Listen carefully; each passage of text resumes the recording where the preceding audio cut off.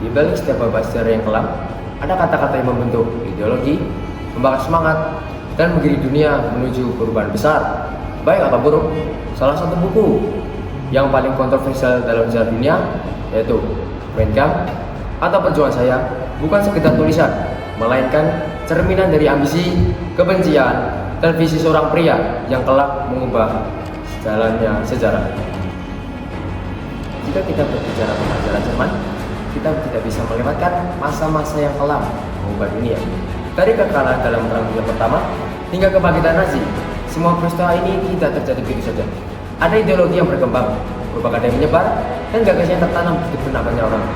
Salah satu sumber utama dari semua itu adalah sebuah buku yang ditulis oleh seorang pria di dalam penjara, Mein Kampf.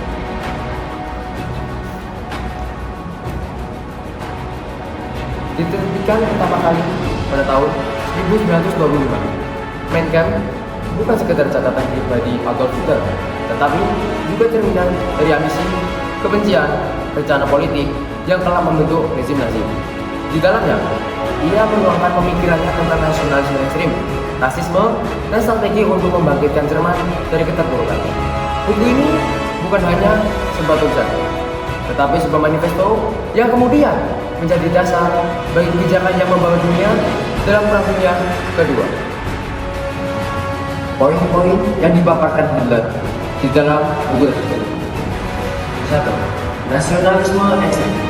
Dalam Mein Kampf, Hitler melakukan ras Jerman yang ia sebut sebagai bangsa Arya sebagai ras yang superior dibandingkan ras lainnya. Ia berpendapat bahwa bangsa Jerman memiliki hak untuk menguasai dan memimpin dunia karena dianggap lebih unggul dalam berbagai aspek, dalam budaya, dan kualitas dan kekuatan fisik. Ia menyerukan persatuan nasional dengan menekankan pentingnya identitas nasional yang kuat dan solidaritasnya antara warga negara Jerman. Hitler juga mengkritik keberagaman etnis dalam suatu negara karena menurutnya dapat melemahkan persatuan dan kekuatan nasional. Pandangan ini menjadi dasar bagi kebijakan Nazi yang menargetkan kelompok-kelompok minoritas yang dianggap tidak sesuai dengan visi nasionalisme Jerman. Antisemitisme. Salah satu tema utama dalam Mein Kampf adalah kebencian terhadap orang Yahudi. Hitler menyalahkan mereka atas berbagai masalah sosial, ekonomi, dan politik yang terjadi di Jerman, khususnya setelah kekalahan dalam Perang Dunia Pertama. Ia menggambarkan orang Yahudi sebagai ancaman terhadap kemurnian ras Arya dan menuduh mereka sebagai dalang di balik kehancuran ekonomi Jerman serta penyebaran ideologi yang dianggap berbahaya. Serta komunisme dalam bukunya, Hitler menggunakan berbagai teori konspirasi untuk mendukung pandangan antisemitnya dan menanamkan kebencian terhadap komunitas Yahudi. Ideologi ini kemudian menjadi dasar kebijakan diskriminatif dan genosida terhadap orang Yahudi selama Holocaust.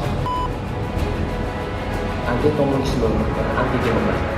Hitler juga menyatakan kebenciannya terhadap komunisme yang ia anggap sebagai ancaman besar bagi Jerman dan dunia barat secara keseluruhan. Ia menuduh orang Yahudi sebagai dalang di balik penyebaran komunisme yang menurutnya bertujuan untuk menghancurkan bangsa-bangsa Eropa. Selain itu, ia menolak sistem demokrasi yang diterapkan di Republik Weimar karena menganggap sebagai bentuk pemerintah yang lemah dan mudah dimanipulasi. Sebagai alternatif, Hitler juga mengusulkan sistem otoriter yang dipimpin oleh seorang pemimpin tunggal yang kuat dan memiliki kendali penuh atas negara. Gagasan ini kemudian diwujudkan dalam konsep Führerprinzip yang berarti prinsip pemimpin yang menjadi dasar pemerintah Nazi di Jerman. Propaganda sebagai kegiatan politik. Dengan lengkap, Hitler menekankan pentingnya propaganda sebagai alat untuk mengendalikan opini publik dan membentuk pemikiran masyarakat sesuai dengan tujuan politiknya. Ia percaya bahwa propaganda yang efektif harus sederhana dan berulang-ulang dan mampu membangkitkan emosi massa.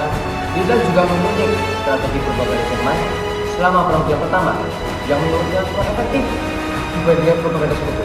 Oleh karena itu, ketika Nazi berkuasa, mereka mengembangkan propaganda yang sistematis melalui media cetak, radio, film, dan pertemuan massal untuk menanamkan ideologi Nazi dan membangun kultus kepribadian terhadap Hitler sebagai pemimpin tertentu.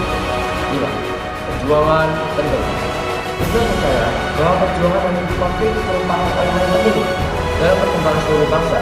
Ia meyakini bahwa sejarah ditentukan oleh pertarungan antara ras yang berbeda, di mana ras yang lebih kuat akan bertahan dan mendominasi. Dalam pandangannya, perang bukanlah sesuatu yang harus dihindari, melainkan sebuah keharusan untuk mencapai kejayaan nasional. Ia menolak gagasan tentang perdamaian abadi dan justru menekankan bahwa bangsa Jerman harus terus berjuang untuk memperkuat posisinya di dunia. Pandangan ini menjadi justifikasi bagi kebijakan agresif Nazi yang memicu Perang Dunia Kedua dan berbagai militer Jerman terhadap negara-negara lain. 6. Lebensraum, yang berarti ruang hidup. Konsep ruang hidup merupakan salah satu gagasan utama dalam Mein Kampf. Hitler berpendapat bahwa bangsa Jerman membutuhkan lebih banyak wilayah untuk berkembang dan mempertahankan keberlangsungan ras Arya. Ia mengusulkan ekspansi ke timur, khususnya ke Rusia, negara Eropa Timur, sebagai solusi untuk keterbatasan sumber daya dan di wilayah Jerman. Hitler menganggap wilayah tersebut sebagai tanah yang seharusnya dikuasai oleh Jerman dan penduduknya asli, terutama bangsa Slavia, sebagai yang lebih rendah dan layak diperbudak atau dimusnahkan. Kebijakan ini kemudian diwujudkan dalam invasi besar-besaran ke Uni Soviet selama Perang Dunia II yang mengakibatkan jutaan korban jiwa. Pemimpin kuat, Führer prinsip. Hitler meyakini bahwa negara harus dipimpin oleh seorang pemimpin tunggal yang memiliki kekuasaan mutlak dan tidak terikat oleh mekanisme demokrasi. Ia menganggap bahwa sistem pemerintahan yang berbasis pada konsensus dan parlemen hanya akan menciptakan kelemahan dan perpecahan dalam negara. Oleh karena itu, ia mengusulkan konsep Führer prinsip atau prinsip pemimpin, di mana pemimpin memiliki otoritas penuh dan keputusannya tidak dapat diganggu-gugat. Dalam sistem ini, loyalitas terhadap pemimpin dianggap sebagai kewajiban utama bagi setiap warga negara. Konsep ini menjadi dasar pemerintah Nazi di Jerman, di mana Hitler mengkonsolidasikan kekuasaannya sebagai diktator dengan menghilangkan oposisi politik dan mengontrol penuh seluruh aspek kehidupan masyarakat. Yang ke-8, kritik terhadap perjanjian Versailles. Hitler menganggap perjanjian ini sebagai penghinaan besar terhadap Jerman dan berjanji untuk membatalkannya. Dalam Mein Kampf, ia mengkritik keras isi perjanjian tersebut yang memaksa Jerman untuk menerima tanggung jawab atas Perang Dunia Pertama, membayar ganti rugi yang besar, serta kehilangan wilayah dan hak militer. Menurutnya, perjanjian ini dirancang oleh negara-negara pemenang perang, terutama Prancis dan Inggris, untuk melemahkan Jerman dan mencegahnya bangkit kembali sebagai kekuatan besar di Eropa. Hitler menggunakan sentimen anti-Versailles ini untuk membangkitkan nasionalisme rakyat Jerman dan mendapat dukungan bagi rencananya untuk memperluas wilayah serta mempersenjatai kembali negara. Akhirnya, setelah berkuasa, ia secara bertahap melanggar ketentuan perjanjian tersebut dengan memperkuat militer Jerman dan melakukan ekspansi agresif yang kemudian menjadi pemicu utama Perang Dunia Kedua. Setelah kita membicarakan tentang poin-poin penting di buku ini, selanjutnya saya akan memberikan kelebihan dan kekurangan dari buku tersebut menurut sudut pandang saya. Yang pertama, kelebihan. Kelebihan buku ini adalah menceritakan secara detail apa yang terjadi pada saat itu. Kita dapat mengetahui lebih dalam apa yang terjadi, dapat menambah pengetahuan tentang sejarah dunia. Covernya sangat simpel, tetapi sangat menarik dan bahasanya mudah dipahami. Dokumen historis yang penting membantu memahami propaganda politik menjadi pelajaran bagi generasi masa kini. Kekurangan buku ini adalah buku ini sangat tebal. Ada 692 halaman, ada beberapa bagian sedikit membosankan, dan buku ini agak sulit dicari. Baik, itu saja review buku kali ini. Semoga bermanfaat. Sampai ketemu di review buku selanjutnya. Terima kasih.